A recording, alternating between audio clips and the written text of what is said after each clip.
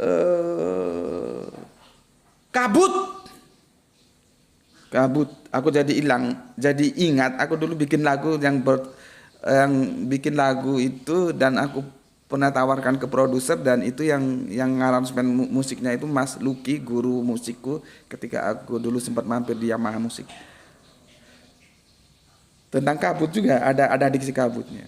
Gini lagunya. Sejauh apa jalan itu,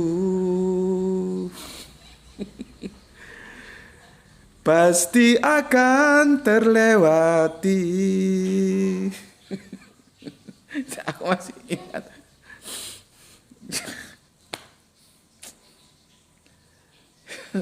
Jadi intinya jalan itu berkabut, pasti akan bisa kita lewati. Janganlah kau ragu bila jadi nyata impian yang indah tentang rumah kita. Kabut hitam yang menghalang pasti akan terlewati. Ya, itu dulu aku karang lagu itu tahun 87 kalau nggak salah, 86 87.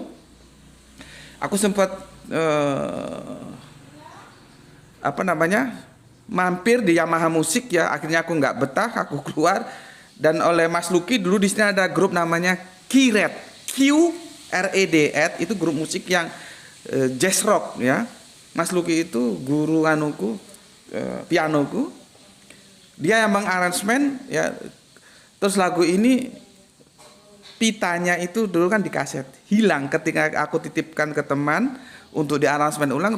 Temanku kebanjiran, jadi sekarang aku nggak punya datanya. Ada sekitar 10 atau 12 lagu yang aku gubah, raib semua. Ya, jadi gitu Mas. Sampai sekarang pun petani kita masih tertindas. Ya, oke, aku lanjutkan kurang sedikit ya.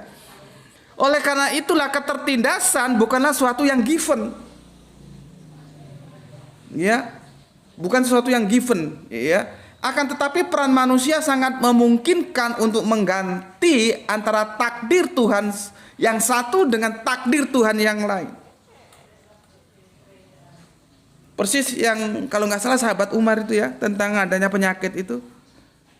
Aku mau ke sana, aku mau ke sini gitu. Terus itu kan diskusi lah. Kalau sudah ditakdirkan gimana? Bisa nggak kita berubah dari satu takdir ke takdir yang lain? Ya, oke, aku lanjutkan kurang beberapa paragraf ini ya. Tergantung pada seberapa besar usaha manusia untuk bisa berganti dari satu takdir ke takdir yang lain ya. Secara normatif hal ini dapat dibuktikan. Dalam Al-Qur'an tidak ada satu ayat pun yang berbunyi qadartu. Nah, ini asik ini.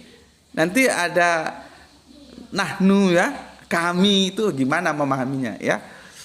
Lihat ini, nanti kalian bisa uji ya, bisa cek ada nggak qadartu ya. Saya takdirkan gitu ya, nggak ada ya. Tetapi termaktub hanyalah qadarna, kami takdirkan. Ya, artinya domir mutakalim ma'al ghair, ini orang pondokan ini. Dia tahu domir mutakalim ma'al ghair ya. Di sini tidak hanya bermaksud sebagai bentuk pengagungan seperti yang dibahas dalam kitab Nahwu klasik. Ya. Seperti kan kalau kami itu bisa majestic, berarti dia itu pengagungan bisa kuantitatif, artinya jamak, nah, gitu ya. Itu sudah pernah kita bahas ya. Kalau ke Gusti Allah Agung berarti itu jamak atau kuantitatif. Ya, kita lihat ayat berikutnya karena sudah ditentukan bahwa kul huwallahu ahad, maka dia bukan jamak atau kuantitatif, maksudku dia majestik atau kuantitatif ya. Karena sudah dikunci kul huwallahu ahad, maka dia merujuk kepada yang majestik, bukan yang kuantitatif. Itu sudah kita bahas lah ya. Tapi kita tahu maksud dia begini. itu kan bukan qadartu tapi qadarna, kami takdirkan. Artinya di dalam takdir itu juga ada peran-peran lain yang harus bermain, gitu loh. Ya, gitu ya. Artinya domir mutakalim ma'al ghair di sini tidak hanya bermaksud sebagai bentuk pengagungan seperti yang dibahas dalam kitab Nahwu klasik. Lebih dari itu, kalimat tersebut bermaksud bahwa ada peran zat selain Tuhan dalam menentukan takdir, yaitu alam ini ya, dan manusia itu sendiri, kita sendiri. Nah, nanti kita lihat apakah ini didukung oleh Al-Qur'an atau tidak. Ya. Jadi kita dapat ilmu baru ya.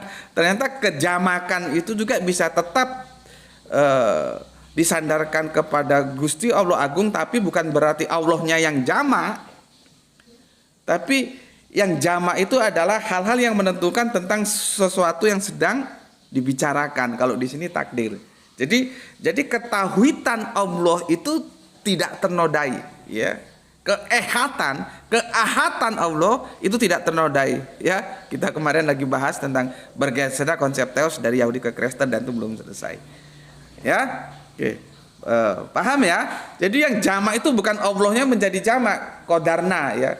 Ya, bukan, tetapi ada pihak-pihak lain ya yang terlibat dalam penentuan itu. Nah, mungkin itu bisa untuk menyelesaikan apa yang terjadi di kitab Kejadian pertama paling depan itu ya. Kan itu sering digunakan oleh mereka untuk memasukkan Roh Kudus dan Yesus sebagai Allah, itu jamak. Sebentar begini. Berfirmanlah Allah, baiklah kita menjadikan manusia menurut gambar dan rupa kita. Kita, bukan aku. Nah, ini oleh teman-teman yang akan mengusung Yesus dan Roh Kudus sebagai Allah dikatakan kejamakan. Ya memang jamak, tapi bukan Allahnya yang jamak. Itu loh. Artinya ada hal siapa di luar Allah itu sendiri yang dilibatkan, gitu. Ya itu panjanglah diskusinya ya. Seperti ini ya, aku perlu tekankan supaya tidak kalian keliru memahaminya apa yang ditulis oleh Zulfan Baron ini ya. Maksudnya ya, dengan menggunakan damir muta'alim ma'al ghair itu ya, di samping Allah juga ada hal-hal lain yang itu punya peran juga sebagai variabel penentu tentang takdir. Jadi keesaan, ketauhidan, keehatan, keahatan Gusti Allah Agung tidak ternodai, ya. Oke. Akhirnya ya, dengan pemahaman teologi semacam ini, kesadaran magis yang pada awalnya menggandrungi masyarakat bisa berubah menjadi sebuah kesadaran kritis. Jadi dia mau menggeser kesadaran magis teologis menjadi kesadaran kritis. Itulah yang dia maksud melawan hegemoni takdir, ya. Ya.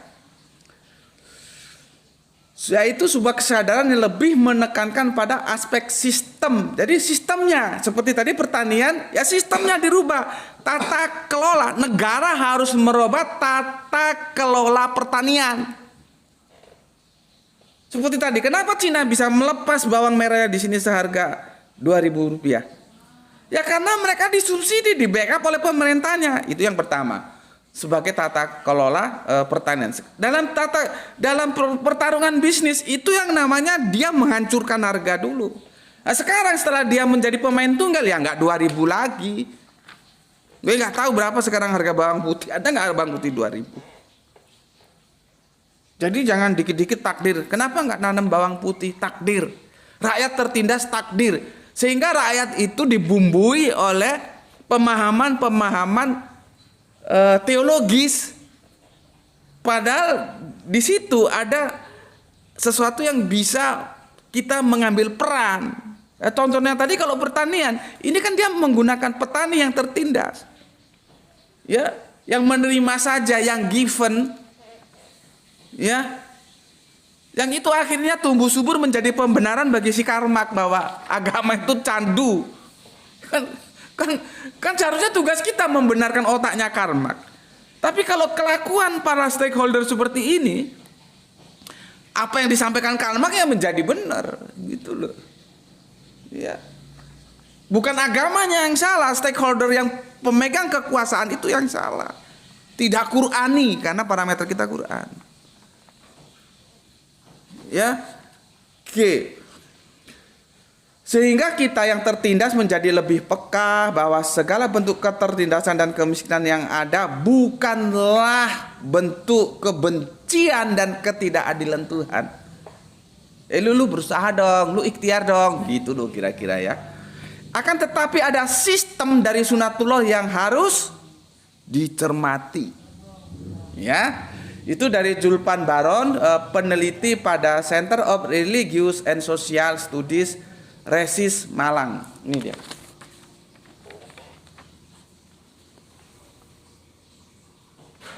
Ya. Nih.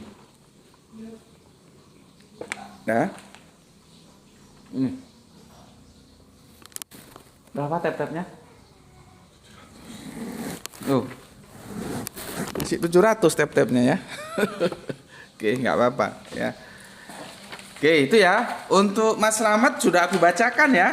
Sekarang bagaimana kita mencoba meresensi tulisannya Mas Julpan Baron ini ya. Jadi Mas Julpan Baron itu mengajak kita untuk melawan hegemoni takdir. Pertanyaannya, apakah takdir itu bisa dilawan? Ya maybe yes, maybe no. Mungkin bisa, mungkin tidak, gitu ya. Oke. Bismillahirrahmanirrahim. Aku minum dulu. Masih ada waktu kan toh? Bismillahirrahmanirrahim.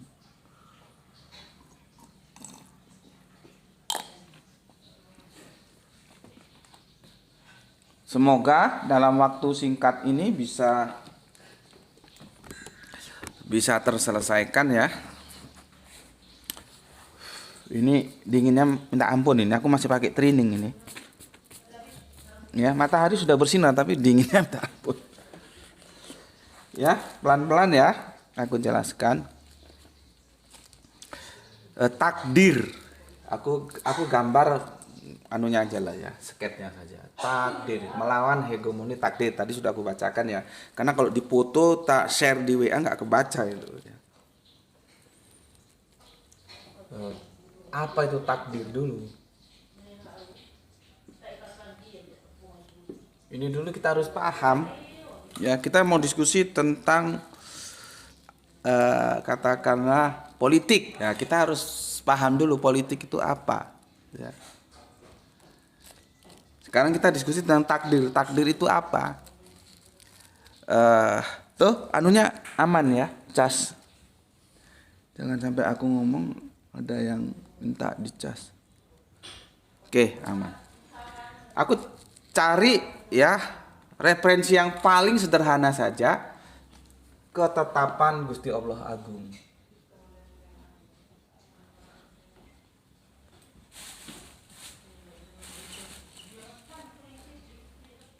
Ya. Kenapa, Le? Keluar dia. Ya. Takdir itu ketetapan Gusti Allah Agung. Nih takdir. Ya. Apa takdir? Ketetapan Gusti Allah Agung. Ini para pakar membaginya menjadi dua. Gitu loh ya.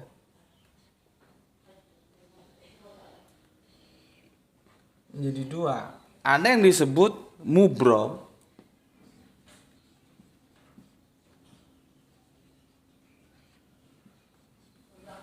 Ada yang disebut mu'alaq.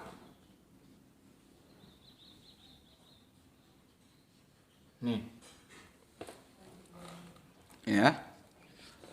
Nanti kamu bisa cari lah, itu ada kok penjelasan, banyak penjelasannya tentang pembagian takdir ini ya. Apa itu mubrom? Ini ya bahasaku ya, supaya gampang diterima. Paten, dia paten, nggak bisa dirubah. Paten. Kalau kami di Sumatera bilang, oh paten kali, nah, berarti hebat, top, sudah nggak bisa diganggu gugat. Paten dia, mubrom. Ya sudah begitu itu, ya. Sementara aku ini pakai bahasaku ya, supaya kalian gampang. Kalau bahasa kitab, bahasa buku agak ribet. Ini kondisional gitu aja lah ya. Artinya bisa dikondisikan, bisa berubah-ubah. Gitu. Ya. Takdir itu ada yang mubrom, ada yang mu'alak. Mubrom itu ya sudah begitu, nggak bisa dirubah. Ya. Mu'alak kondisional bisa dirubah. Nah, tadi Kang Mas siapa tadi itu? Ya. Kang Mas Zulfan Baron melawan hegemoni takdir, ya. Itu dia masuk dalam kawasan mu'alak ini. Ya. Bukan yang mubrom. Jadi takdir itu jangan terus dianggap mubrom, ya. Sehingga ketika dia tertindas, ya sebetulnya ketika dia tertindas dan tidak merasa tertindas ya ada baiknya juga ya. Cuman itu menjadi keuntungan bagi mereka yang mengkooptasi si tertindas tadi itu. Itu loh yang nggak dimaui oleh Baron. Makanya kita bisa melawan takdir gitu loh. Tinggal bagaimana presupposisi yang kita bangun tentang takdir itu. Jangan kamu kere nggak dapat kerja melarat. Ya sudahlah takdirnya begini. Padahal kan tugas stakeholder pemerintah untuk menciptakan lapangan kerja. Kalau terlalu canggih menciptakan, ya aku lebih senang pakai untuk membuka lapangan kerja. Cuma kan itu janji-janji politik doang. Cangkeme mulutnya, congornya bilang 10.000 lapangan kerja. Sampai sekarang satu pun kita lihat nggak ada. Mana ada lapangan kerja yang diciptakan? Mau ngomong mana? Mau ngomong yang itu, yang tukang ojek itu keterpaksaan. Orang itu kalau ada kerjaan lain nggak mau jadi tukang ojek seperti itu. Orang hanya jual, kan itu bosnya cuma jual apa namanya tuh, aplikasi aja kan. Sementara yang di lapangan dia pakai motor-motor dia.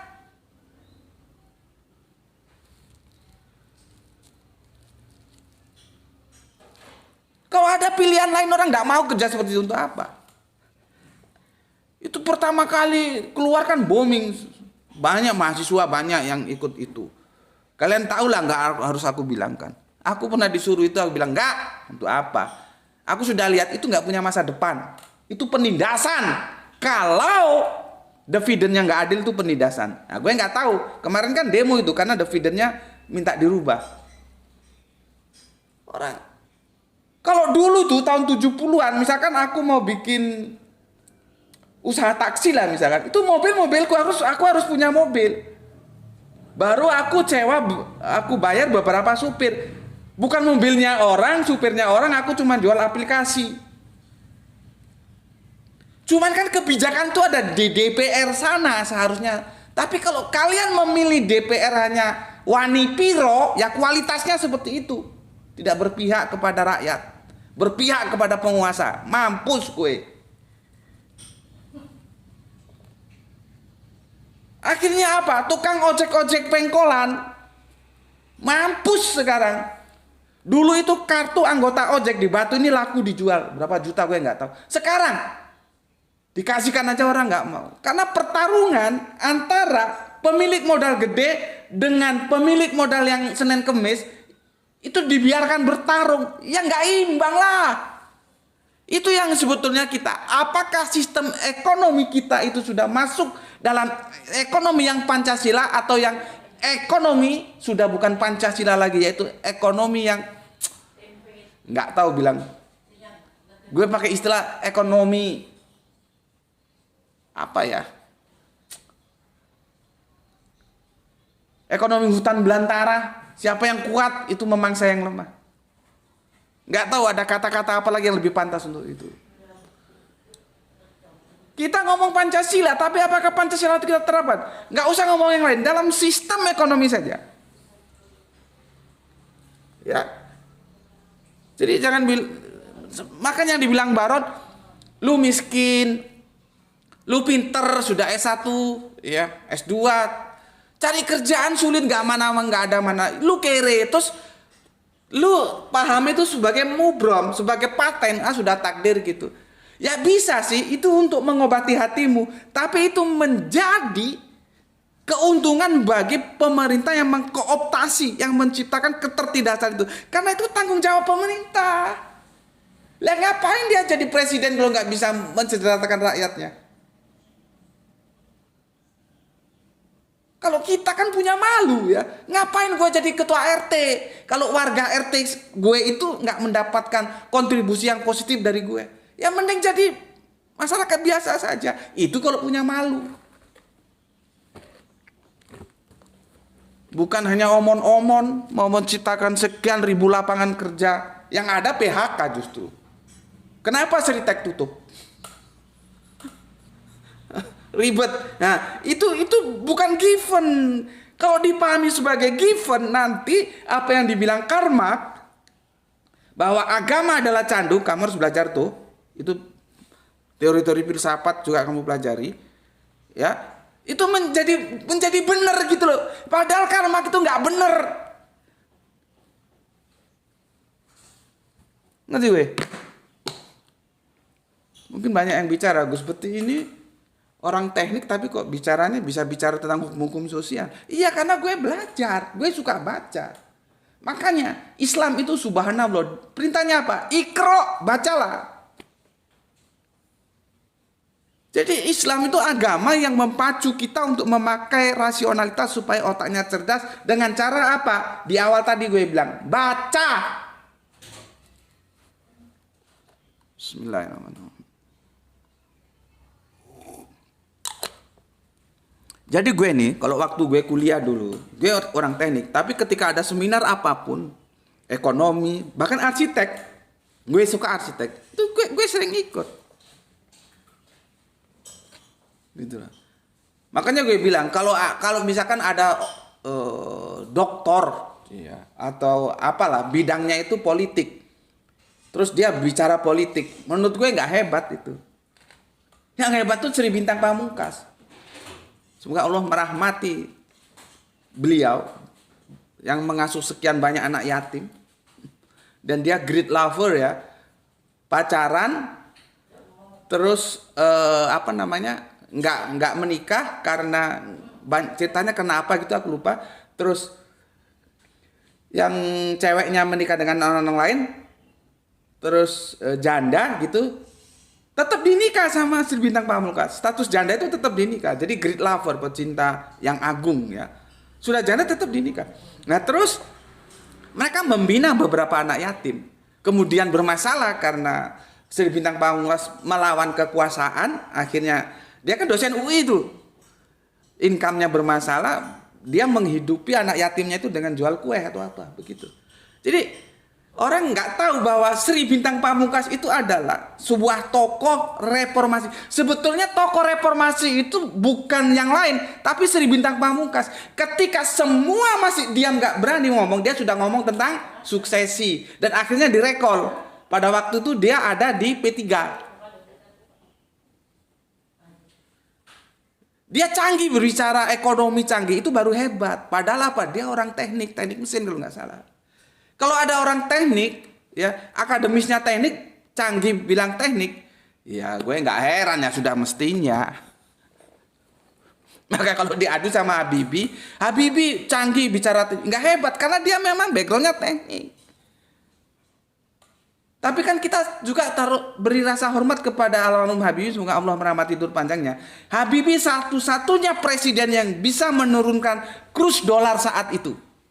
Sehingga menjadi 9.000 $1. Sekarang ada presiden sekarang setelah Habibie yang mampu menurunkan kurs dolar. Berapa sekarang $1? Nggak tahu gue. Cuman karena dia tidak didukung, karena dia kan itu cangkokan. Dia bukan politisi, dia dibawa oleh Pak Harto masuk dalam politik. Akhirnya partainya tidak mendukung dia untuk kembali mencalon. Ya sudah, dia tahu dia gue keluar. Gitu ya. Jadi ngomong kemana-mana gue.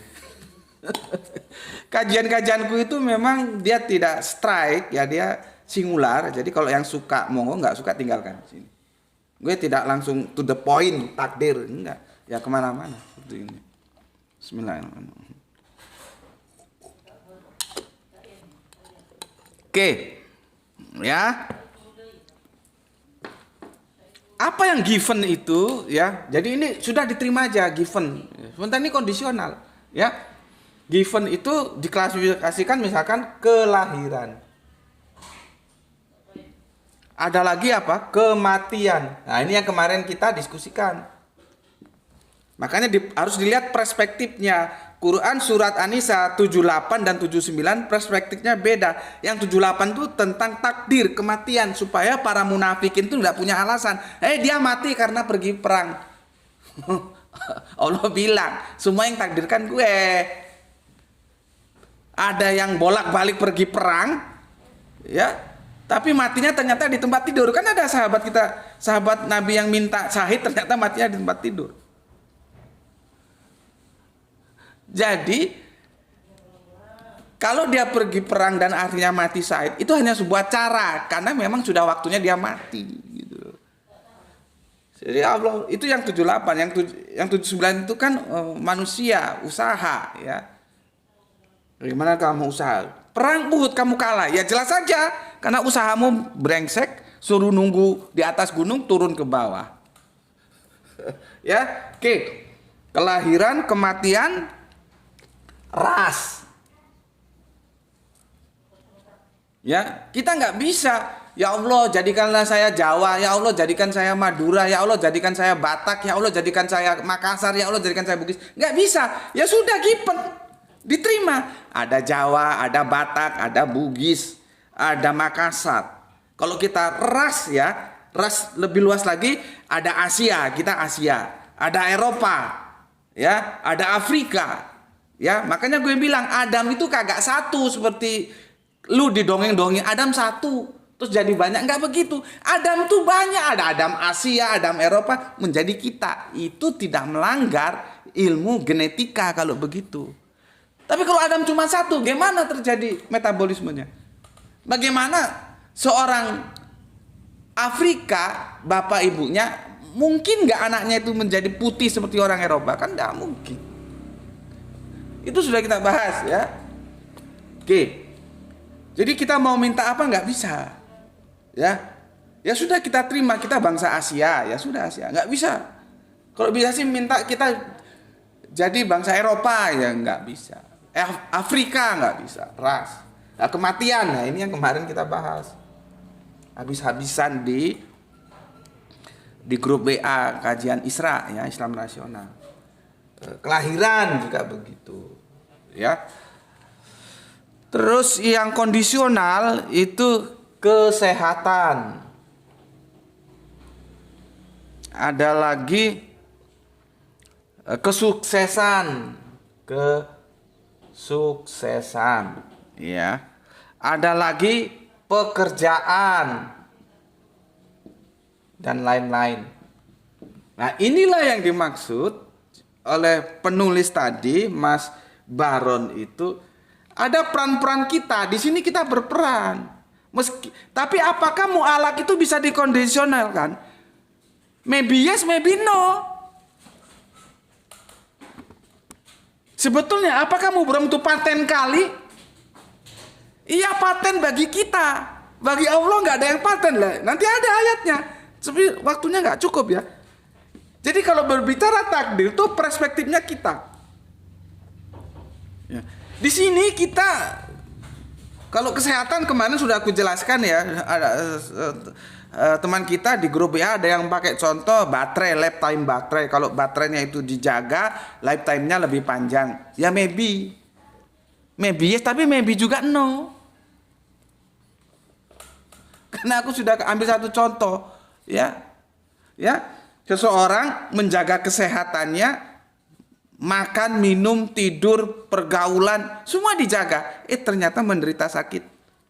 Sementara ada teman yang vodka lah, topi miring lah, Manson lah, ngerokok lah,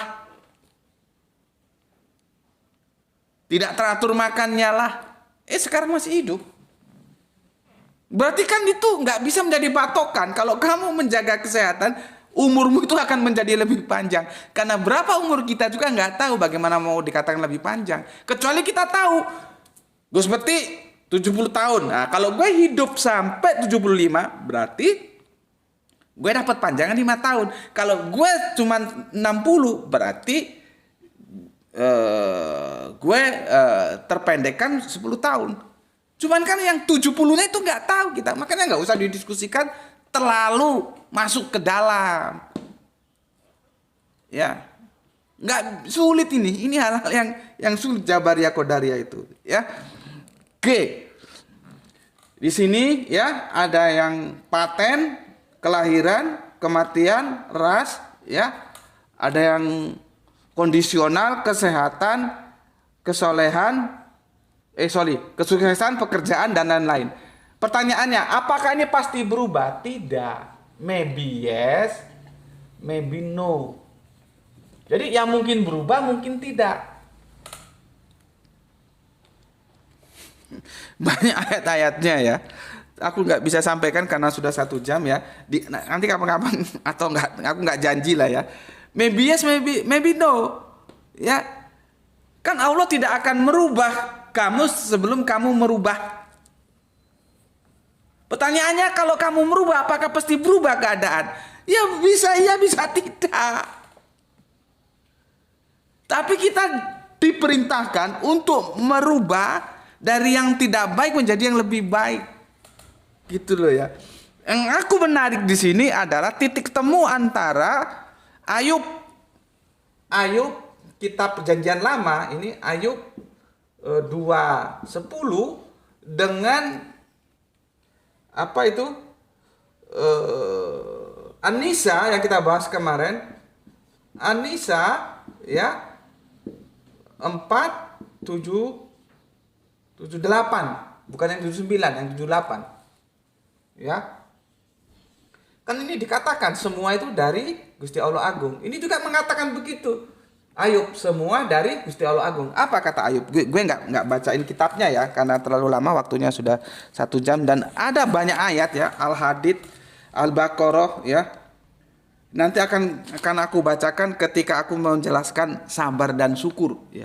Karena kita diperlengkapi dua instrumen, yaitu sabar dan syukur. Tinggal nanti kondisi kita, kapan kita sabar, kapan kita syukur, insya Allah bila ada kesempatan, ada waktu, nanti kalau aku lupa ditagih akan kita bahas. Ya, tapi setidaknya hutangku telah menjelaskan apa yang ditulis oleh Zulfan Baron ya. Oke, sebelum ditutup, di sini ada persamaan ya. Ayub itu kan diejek sama istrinya ketika dia sakit. Nanti baca di kitab Kejadian Lama Ayub 2:10 ya. Apa jawab Ayub? Sangat bijaksana. Apakah kita hanya mau menerima yang baik-baik saja dari Allah, tetapi kita tidak mau menerima yang buruk-buruk dari Allah? Substansinya gitu kira-kira ya. Kalau gue bacakan nanti lama waktunya. Jadi baik buruk itu dari Allah. Terus apakah kita hanya mau yang baik-baik saja, sementara tidak mau yang buruk-buruk? Itu jawaban Nabi Ayub ketika dia ya dinyek kata orang Jawa oleh istrinya. Dia jawab, apakah kita akan menerima yang baik-baik saja dari Allah, sementara kita tidak mau menerima yang buruk? Artinya baik buruk itu ya sama-sama dari Allah. Sama dengan di surat An-Nisa 4:78. Baik dan buruk itu dari Allah. Kematian, kehidupan, segala macam dalam satu ketetapan Dia sebagai takdir. Gitu. Ya, oke. Sampai di sini dulu karena sudah 1 jam lewat berapa, Le? Molor 4 menit, mohon dipersori. Mungkin kalian ada yang segera akan nggak tahu ya rutinitas sehari-hari ya. Sudah ngaji bareng Gus Putih, aku ucapkan terima kasih ya. Sementara itu dulu, nanti kalau perlu kita lanjutkan tentang sabar dan syukur, kita lanjutkan ya. Dan aku kadang-kadang lupa karena kesibukan segala macam, bisa diingatkan lewat WA ya, Oke, sampai di sini dulu pesan aku. Jaga Allah, jaga Kanjeng Nabi, jaga Al-Qur'an ya, jaga sholatmu. Dan sekarang waktunya duha, jangan lupa sholat duha ya. Sholat duha lakukan ya. Jaga keindahan Islammu dalam bingkai imanmu, tapi tetap memberi hormat kepada saudara kita yang memilih jalan lain karena mereka tetap saudara kita. Semoga yang belajar dan yang mengajar mendapatkan keberuntungan, rezeki yang barokah dan kesehatan yang prima. Ya, matur nuwun yang ada di TikTok, gue nggak tahu berapa tab-tabnya itu. Tapi alhamdulillah nggak masalah ya. Dan terima kasih yang ada di YouTube sudah ngaji bareng sama Gus Beti ya. Semoga ada penjelasan-penjelasan yang itu menambah khasanah pengetahuan kita bersama. Ya, sampai di sini dulu matur nuwun semuanya. Alhamdulillahirabbil alamin.